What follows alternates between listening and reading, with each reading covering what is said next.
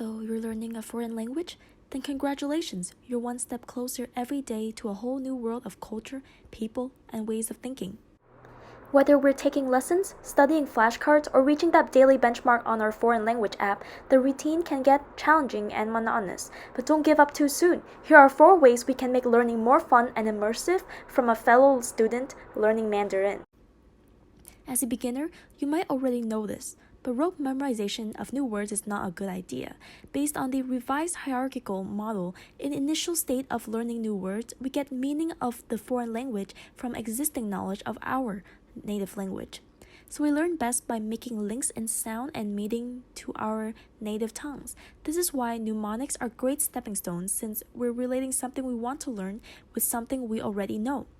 The most memorable mnemonics are funny or absurd, emotionally loaded, and personal to us. Here's a scene I used to come up with. It's chilly, so I want to buy this 围巾 that can cover way up to my chin. However, the price is 贵. It's expensive, and I am now 贵 or embarrassed in Vietnamese. Next, we can look for links semantically, or through the concept and meaning associated with the subject of that word. In education, we see this in effect when a new word is paired with an image to illustrate it. Behavior research shows that the word-to-picture model is more effective for processing and retention than the word-to-word model, since we get both verbal and pictorial cues. This method is also supported by the dual coding theory in education, which encourages educators to give students verbal and visual representations simultaneously. You want to make new words come alive? Using a process called associative semantic learning, we can use our objects as natural learning environment. Children do this with their first language, while as adults, we have the benefit of already understanding the surroundings, so we just need to assign new names to them.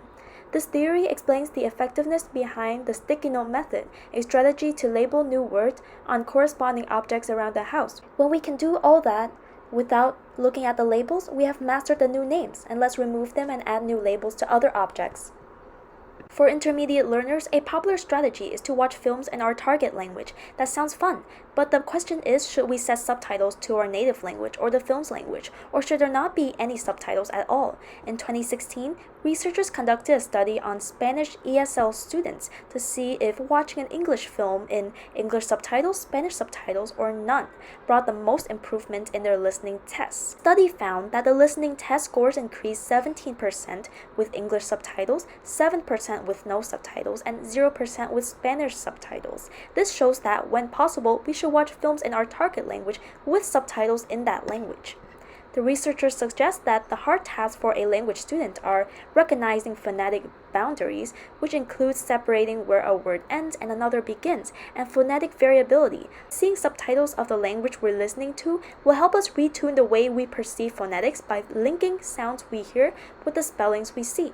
As a result, we can train ourselves to recognize word boundaries and unify the accent variations much quicker than if we just stick to subtitles in our native languages. Moving away from comprehension metrics, a study observing foreign language classrooms found the key to boosting students' motivation levels: task-based learning. Task-based learning puts students in a real-world situation where they need to use oral communication to complete a task. Observations show that the students increase motivation, engagement, and communication skills. Turns out, solving tasks lead to brain development by releasing noradrenaline, a neurotransmitter made from dopamine, which makes us feel stimulated and rewarded. Also, the information processing theory suggests that information which moves through the sensory receptors and stimulates interest will be sent to the working memory and stored in the long-term memory. So if we want to have fun while committing the skills to long-term memory, we can try activities like ordering food and recreating a recipe, all by using our target language. So I just introduced to you the rationale behind ways to make learning a language more fun. Connecting to our native tongues and mnemonic devices, use visuals and surroundings, watch subtitles in the foreign film's language, and assign ourselves projects to do. Together, let's pick up the language we have been trying to learn and finally make it count this time.